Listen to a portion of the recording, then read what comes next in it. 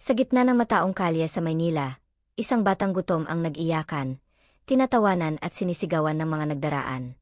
Ngunit nang may isang misteryosong lalaki ang lumapit sa kanya, biglang huminto ang ingay, at ang lahat ay nanahimik. Ano ang mangyayari sa batang iyon? At sino ba talaga ang lalaking iyon? Si Mateo ay 7 taong gulang, nakasuot ng damit na punit-punit at basang-basa dahil sa ulan ng nakaraang gabi. Ang tiyan niya ay nagugutom, nanginginig ang katawan sa lamig at gutom, at ang mga mata niya ay punong-puno ng takot at pangungulila. Sa gilid ng palengke, nakaupo siya sa basang kalsada. Pinipilit iligpit ang maliit na katawan habang ang mga tao ay nagmamadali at nagmamasid sa kanya. May ilan na tinutukso siya, may ilan na sinisigawan dahil nakaharang siya sa daan. "Lumayas ka, bata. Ang baho mo pa," sigaw ng isang tindera, habang binubunot ang kanyang kalasag na karton para sa lilim. Ang iba pang mga naglalakad ay nag-iwas at nagmadali na lang palayo. Tila ba siya'y isang anino na dapat lampasan. Tumigil si Mateo sa pag-iyak, nagpatong ng mukha sa mga tuhod, sinusubukang huminga ng dahan-dahan. Ngunit kahit gaano siya nagsumikap, ang gutom at lamig ay hindi naglalaho. Pumikit siya at naisip na baka walang makapansin sa kanya ngayon. Hindi nagtagal, isang grupo ng mga batang nakakalakad sa palengke ang napadaan at nagsimulang pagtawanan siya. "Ang kulit mo naman," sigaw ng isa, sabay tawa. "Parang aso lang sa kalye," dagdag ng isa pa. Napailing si Mateo, halos gusto na niyang umalis sa mundo. Ngunit wala siyang lakas at lugar na mapuntahan. Ang buong katawan niya ay nanginginig sa kakulangan ng init, at sa takot sa mga bata at sa ingay ng palengke. Sa puntong iyon, may isang lalaki na nakatayo sa kabilang dulo ng palengke. Hindi gaanong napapansin ang hisura niya sa karamihan, dahil simple lamang ang suot, puting polo at maong na pantalon. Ngunit may kakaibang aura siya, para bang may kapayapaan at kapangyarihang hindi maipaliwanag. Dahan-dahan siyang lumapit kay Mateo, ngunit hindi agad niya binanggik ang isang salita. Ang paligid ay puno ng ingay, ang mga nagtitinda at naglalakad ay patuloy sa kanilang ginagawa. Ngunit habang papalapit ang misteryosong lalaki, tila ba may isang invisible barrier na nagiging sanhi ng katahimikan. "Mateo," mahinang sabi ng lalaki, habang nakalapit na ng sapat na distansya para makita ang bata ng malinaw. Napalingon si Mateo, nagulat sa malumanay at mahinahong tinik. Ang lalaki ay may mahinahong mga mata, puno ng lambing, tila ba nakikita ang buong mundo sa mata ng bata. Hindi siya natatakot sa lalaki, ngunit nakaramdam siya ng kakaibang pag-aalala. Ang tinig ng lalaki ay may kakaibang init, isang init na hindi niya naranasan sa kanyang maikling buhay sa kalye. Unti-unti, napatingin si Mateo sa mga nakapaligid. Ang ingay ng palengke ay tila unti-unting napapalitan ng katahimikan. Ang mga batang nagtatakbo, ang mga tindera, pati ang mga naglalakad, lahat ay nanahimik. Para bang pinapahinto ng misteryosong lalaki ang bawat galaw at salita sa paligid. "Anak," muling sabi ng lalaki, "hindi mo kailangang matako. Nakikita kita." Ang tinig niya ay nakadikit sa puso ni Mateo. Unti-unti niyang naramdaman ang init ng katawan niya, hindi sa init ng pagkain o kumot, kundi sa init ng tiwala. Bigla, ang pagkahulog ng luha ay hindi para sa takot kundi para sa kaluwagan. Tumayo ang lalaki at mahinahong iniabot ang kamay sa bata. "Halika, sasamahan kita," sabi niya. Napatingin si Mateo sa kamay ng lalaki, at sa unang pagkakataon sa mahabang panahon, naramdaman niyang may isang tao na nagmamalasakit sa kanya. Hindi pa rin malinaw sa paligid kung sino ang lalaki. Ang kanyang mukha ay may misteryo, ang mga mata niya ay tila may lihim na alam na hindi kayang bigkasin ng salita. Ngunit ang katahimikan ng palengke, ang pagtigil ng mga tao sa kanilang ginagawa, ay nagbigay sa lahat ng nakapaligid ng kakaibang pakiramdam, isang pakiramdam ng respeto at pag-aalala. Dahan-dahan, hawak ang kamay ng lalaki, naglakad si Mateo palabas ng kalye. Ang paligid ay unti-unting bumalik sa dati, ang mga tao ay bumalik sa kanilang gawain. Ngunit may kakaibang bakas na naiwan sa palengke. Ang katahimikan ng isang sandali kung saan ang kabutihan at pagmamalasakit ay pumawi sa lahat ng ingay at pangungutya. Sa kanilang paglalakad, nagsimulang magsalita ang lalaki. Ngunit hindi para basta kausap lamang si Mateo. Para ipakita sa kanya na may mundo sa labas ng gutom at pangungutya, may mundo na puno ng posibilidad at pag-asa. "Mateo," sabi ng lalaki, "alam mo ba na kahit sa pinakamadilim na sandali, may taong nakatingin sa'yo at nagmamalasakit. Hindi mo kailangang gawin ito mag-isa." Napatingin si Mateo sa kanya, sa katahimikan ng paligid, at sa init ng kamay na humahawak sa kanya. Para bang ang bawat hakbang niya ay mas matatag kaysa dati. Ang misteryosong lalaki ay hindi nagmadali, hindi nagmadali sa salita. Ngunit bawat tinig niya ay tumatagos sa puso ng bata. Sa unang pagkakataon sa mahabang panahon, si Mateo ay nakaramdam ng kapayapaan. Isang pakiramdam na hindi niya naranasan sa kalsada, sa ingay, o sa pangungutya. At sa sandaling iyon, kahit hindi niya alam, nagsimula ang isang bagong yugto sa buhay ni Mateo. Isang yugto na may kasamang gabay, may kasamang proteksyon, at may kasamang pag-asa na kahit sa pinakamalalim na gutom at lungkot, may liwanag na naghihintay sa kanya. Kinabukasan, si Mateo ay nagising sa maliit na silong na pinapasukan nila ng misteryosong lalaki. Ang lugar ay simple lamang, may ilang kumot, isang lumang banig, at ilang kahon na naglalaman ng ilang pagkain at dami. Ngunit para kay Mateo, tila ito'y palasyo. Para sa unang pagkakataon, nakaramdam siya ng kaligtasan, at ang gutom na matagal niyang nadarama ay unti-unting humupa. Ang lalaki, na ipinakilala kay Mateo bilang Mang Elias, ay may mapagkalingang tinig at mahinahong mga kilos. Hindi siya nagpapakita ng galit, ngunit halatang may kapangyarihan at karanasan sa pagharap sa mundo. Mateo, sabi niya, dapat nating simulan sa maliit. Kailangan mong matutunan na kahit sa hirap, may paraan para kumilos ng matalino. Habang kumakain ng tinapay at gatas, tinuruan siya ni Mang Elias ng ilang bagay na hindi itinuturo sa kalye. Paano magtipid sa pagkain, paano maghanap ng ligtas na lugar sa palengke, at paano protektahan ang sarili sa mga taong walang malasaki. Unti-unti, naramdaman ni Mateo ang kaibahan ng mundo ng kabutihan at ng mundo ng pangungutya at panganib. Ngunit hindi lahat ay naging madali. Habang lumalalim ang gabi, may marinig silang sigaw sa kalye. Mabilis na lumabas si Mang Elias kasama si Mateo. Sa labas, nakita nila ang isang grupo na matatanda at bata na nag-aaway dahil sa isang maliit na pagkain na nahulog sa kalsada. Ang ilan ay nagtatangkang kunin ang tira-tira, at ang ilan ay nagsisigawan. Dahan-dahan, lumapit si Mang Elias at iniangat ang boses niya, hindi para manakot, kundi para magdala ng katahimikan. Tigil, sigaw niya. Biglang huminto ang lahat. Lahat ng mata ay nakatingin sa kanya. Ang katahimikan ay bumalot sa kalye, at kahit ang mga batang dati nagsisigawan, tumigil din. Tumingin siya kay Mateo at ngiti ng mahinahon ang ibinigay. Mateo, tandaan mo, kahit sa gitna ng kaguluhan, may kapangyarihan ang katahimikan at pag-unawa. Hindi lahat ng problema ay malulutas sa galit. Kailangan ng puso. Napatingin si Mateo sa paligid. Ang dating ingay ng kalye, ang pangungutya at sigawan, ay biglang nawala sa kanyang pandinig. Parang may invisible shield ang lalaki.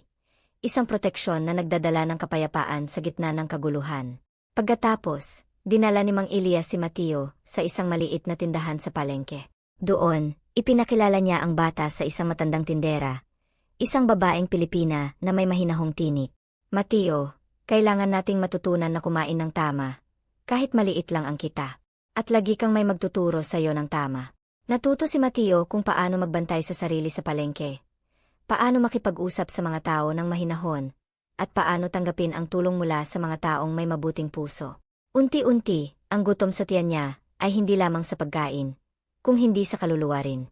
Ang pakiramdam ng kaginhawaan at seguridad ay bagong uri ng nutrisyon para sa batang gutom. Hindi rin naglaon, dinala siya ni Mang Elias sa simbahan. Hindi para sa relihiyon lamang, kundi para maramdaman niya ang katahimikan sa loob ng simbahan, ang init ng mga tao, at ang pakiramdam ng pagkalinga. Sa bawat upuan na tinutuluyan, sa bawat bisig ng mga kaibigan at kalaro, natutunan ni Mateo na may mundo sa labas ng kalye, na may kabutihan, may pag-asa, at may taong nagmamalasakit. Ngunit habang lumalalim ang gabi, may damdamin si Mateo na hindi niya maipaliwanag, takot. Takot na baka mawala muli ang lalaki. Takot na baka bumalik ang ingay at pangungutya sa kanyang buhay. Napagmasdan niya ang mukha ni Mang Elias, nakangiti at may kapayapaan. Huwag kang matakot, Mateo. Hindi kita iiwan. Sa sandaling iyon, naramdaman ni Mateo ang kakaibang tiwala sa misteryosong lalaki. Ang kanyang puso ay tumibok ng mas matatag, at ang pag-asa na matagal niyang nawala sa kalye ay unti-unting bumalik. Sa loob ng simpleng silong at sa kabila ng kaguluhan sa labas, natutunan ni Mateo ang unang aral sa bagong yugto ng buhay niya. Sa gitna ng gutom, takot, at pangungutya, may isang tao na handang maging gabay, at may mundo na puno ng katahimikan at kabutihan. At sa bawat hakbang niya sa tabi ni Mang Elias, naramdaman niyang hindi na siya nag-iisa. Ang kalye ay dati niyang kaharian ng takot, ngunit ngayon, unti-unti itong nagiging lugar ng pagkatuto, kaligtasan, at bagong pag-asa. Lumipas ang ilang linggo, at si Mateo ay unti-unting nasasanay sa bagong buhay sa tabi ni Mang Elias. Araw-araw, pinupuno ng lalaki ang oras ng bata ng mga aral at karanasan na hindi niya natutunan sa kalye. Mula sa simpleng paghahanda ng pagkain, pagtulong sa maliliit na gawain sa palengke, hanggang sa pagtuturo kung paano makisama sa ibang tao ng mahinahon at may respeto. Unti-unti, nabago ang pananaw ni Mateo sa mundo. Ang dati puno ng takot at pangungutya, ngayon ay nagiging lugar ng pagkatuto at tiwala. Isang araw, habang naglalakad sila sa gilid ng palengke, may napansin si Mateo. Isang batang babae, marahil nasa parehong edad niya, ay nakaupo sa kalsada, nakabalot sa punit-punit na kumo. Halos hindi siya nakakainggit, ngunit ramdam niya ang gutom at takot na dala ng bata. Ang mga tao sa paligid ay tila hindi nakakaalala sa batang iyon, tulad niya noon. Dahan-dahan, lumapit si Mateo sa babae. "Anak, gusto mo bang kumain?" tanong niya, medyo kinakabahan. Tumango ang bata, halos hindi makapagsalita sa gutom. Tinuro ni Mang Elias ang maliit na tindahan sa palengke, at bumili sila ng mainit na lugaw at tinapay para sa bata. Habang kumakain ang batang babae, napansin ni Mateo ang liwanag sa mga mata nito. Isang liwanag na matagal niyang hindi naramdaman sa sarili niya. Nakita niya ang isang bagong simula, hindi lamang para sa kanya, kundi para sa iba ring batang nawawala sa mundo ng kagutuman at pangungutya. Ngunit sa kabila ng kabutihan, may panganib sa paligid. May ilang lalaki sa palengke na nagmamasid kay Mateo at sa batang babae. Ang kanilang mga tingin ay puno ng panlalamang, at para kay Mateo, muling bumalik ang takot na dati niyang naramdaman sa kalsada. Hindi niya alam kung ang mga tao sa paligid ay magiging mabait o mapanaki. Napatingin siya kay Mang Elias, at sa simpleng titig ng lalaki, naramdaman niya ang katiyakan. "Mateo," sabi ng lalaki, "huwag kang matakot. Ang kabutihan ay may proteksyon, at ang tapang ay hindi nawawala sa puso ng nagmamalasakit." Lumapit si Mang Elias sa mga lalaki at mahinahong tinanong, "May problema ba?" Biglang huminto ang lahat ng kilos, at ang ingay ng palengke ay tila napalitan ng katahimikan. Ang kapangyarihan ng katahimikan na dati nagpakalma sa kanya, muli itong naramdaman ni Mateo. Hindi naglaon, dinala sila sa isang maliit na silong na itinuturing ni Mang Elias na ligtas. Doon, natutunan ni Mateo ang mas malalim na leksyon. Ang kabutihan at tapang ay hindi lamang sa malalaking bagay, kundi sa mga simpleng kilos na malasakit at pagtulong sa kapwa, kahit pamaliit at walang halagang materyal. Habang lumilipas ang mga araw, si Mateo ay naging gabay na rin sa mga batang katulad niya. Ang batang dati natutulog sa kalye, ngayon ay may kasama at may proteksyon. Sa tulong ni Mang Elias, natutunan ni Mateo kung paano harapin ang mundo, paano makitungo sa panganib, at paano maging liwanag sa buhay ng iba. Ngunit ang misteryosong lalaki ay may itinatagong sikreto. Hindi niya agad ipinaliwanag kay Mateo kung sino talaga siya, at bakit siya napili ng tadhana na maging gabay ng bata. Ang bawat tanong ni Mateo ay sinasagot lamang ng mahinahong ngiti at payak na paliwanag. Ngunit may kakaibang lalim sa mga mata ni Mang Elias. Isang lalim na tila may kwentong hindi pa handang ibahagi sa mundo. Isang gabi, habang nakaupo sila sa gilid ng palengke at nagmamasid sa mga nagdaraan, tinanong ni Mateo, "Mang Elias, bakit ninyo ako tinulungan? Bakit ninyo ako pinili sa dami ng bata sa kalye?" Ngumiti ang lalaki, at ang liwanag ng street lamp ay nagbigay ng kakaibang init sa kanyang mukha. "Mateo," sabi niya, "dahil sa bawat bata na pinipili kong tulungan, natututo rin ako. At sa bawat aral na natutunan mo, mas maraming pusong nawawalan ng takot at gutom ang magkakaroon ng pag-asa." Ang simpleng paliwanag ay nakapagbigay ng bagong pananaw kay Mateo. Hindi lamang siya natutulungan, tinuturuan din siya ng misteryosong lalaki kung paano maging kabutihan para sa iba. Ang dating gutom, takot, at pangungutya ay unti-unting napapalitan ng tapang, pag-asa, at malasakit sa kapwa. Makalipas ang ilang linggo, ang batang babae na natulungan nila ay naging kaibigan ni Mateo. Magkasama nilang pinapangalagaan ang isa't isa sa bawat hakbang ng kanilang araw. Natutunan nilang magtiwala sa kanilang sarili, at higit sa lahat, sa taong may malasakit sa kanila. Sa bawat paglakad sa palengke, ramdam ni Mateo ang pagbabago sa paligid. Hindi lamang sa kanilang buhay, kundi sa bawat mata na natutunan ding magbigay ng respeto at malasakit. Ang misteryosong lalaki ay patuloy na nagmamasid, gabay sa bawat hakbang ng bata, at isang simbolo ng kapayapaan sa gitna ng kaguluhan ng mundo. Sa loob ng simpleng silong, sa mga hakbang sa palengke, at sa bawat maliit na kilos ng kabutihan, natutunan ni Mateo ang pinakamahalagang aral. Ang tunay na tapang ay hindi lamang sa sarili, kundi sa kakayahang magdala ng liwanag at proteksyon sa iba, kahit sa gitna ng gutom at tako. At sa unang pagkakataon sa buhay niya, ramdam niya na hindi siya nag-iisa, hindi lamang dahil sa misteryosong lalaki, kundi dahil may mundo sa labas ng kalye na puno ng malasakit, kabutihan, at pag-asa para sa bawat batang nawawala sa dilim. Lumipas ang ilang buwan, at si Mateo ay unti-unting nagiging mas matatag at maingat sa mundo sa paligid niya. Hindi na siya simpleng batang natutulog sa kalye. Ngayon, siya ay may gabay at may kaalaman sa kung paano harapin ang panganib at kung paano makipag-ugnayan sa ibang tao ng mahinahon. Ngunit sa kabila ng kaunlarang ito, hindi nawawala sa isip niya ang katotohanang may marami pa ring batang katulad niya noon, mga batang gutom, natatanggihan, at nag-iisa sa mga kalsada ng Maynila. Isang araw, habang naglalakad sila sa palengke, napansin ni Mateo ang isang grupo ng mga batang naglalaro sa tabi ng kalye. Nagkakagalit dahil sa kakulangan ng pagkain at espasyo. Ang ilan ay sumisigaw, ang iba'y nagtatangkang mag-agawan ng tira-tirang pagkain mula sa mga nagtitinda. Mabilis na napansin ni Mang Elias ang sitwasyon, at dahan-dahan niyang nilapitan ang grupo. Huminto, sigaw ni Mang Elias ng malakas ngunit mahinahon. Sa sandaling iyon, tumigil ang lahat, at ang katahimikan ay bumalot sa paligid. Ang kapangyarihan ng presensya ng lalaki ay hindi lamang nakapagpahinto ng sigawan, kundi nakapagbigay rin ng respeto at pag-asa sa mga batang nagugutom. Tinuro ni Mang Elias kay Mateo ang isa sa mga batang babae na nanghihina sa gilid. Mateo, tingnan mo siya. Nakita mo ba ang mata ng batang iyon? Tulungan natin siya. Agad na lumapit si Mateo at iniabot ang natirang tinapay na dala nila mula sa maliit na tindahan. Napangiti ang batang babae, at ang kanyang mata ay kumislap sa liwanag ng pag-asa. Para kay Mateo, ito ay unang pagkakataon na naramdaman niya ang tunay na epekto ng kabutihan sa ibang tao. Hindi lamang sa sarili, kundi sa kapwa. Pagkatapos nilang tulungan ang grupo, dinala sila ni Mang Elias sa kanilang maliit na silong. Dito, natutunan ni Mateo kung paano pamahalaan ang kaunting resources na mayroon sila. Paano hatiin ang pagkain ng patas. Paano gumawa ng ligtas na lugar para matulog, at paano turuan ang ibang bata na maging mahinahon sa kabila ng kagutuman. Unti-unti, ang simpleng silong na dati proteksyon lamang para sa kanya, ay naging isang maliit na komunidad ng kabutihan at pag-asa para sa iba. Ngunit sa kabila ng mga aral at proteksyon, may bahagi sa loob ni Mateo na palaging nag-aalala. Hindi niya alam kung kailan muli darating ang panganib, o kung may ibang tao na maaring saktan sila. Isang gabi, habang nakaupo siya sa gilid ng silong at tinitingnan ang mga bituin sa langit, napansin niya ang pangamba sa puso niya. Mateo, sabi ni Mang Elias, natahimik na nakatayo sa likod niya, ang takot ay natural. Lahat tayo'y natatakot sa hindi natin alam. Pero ang tunay na tapang ay hindi kawalan ng takot.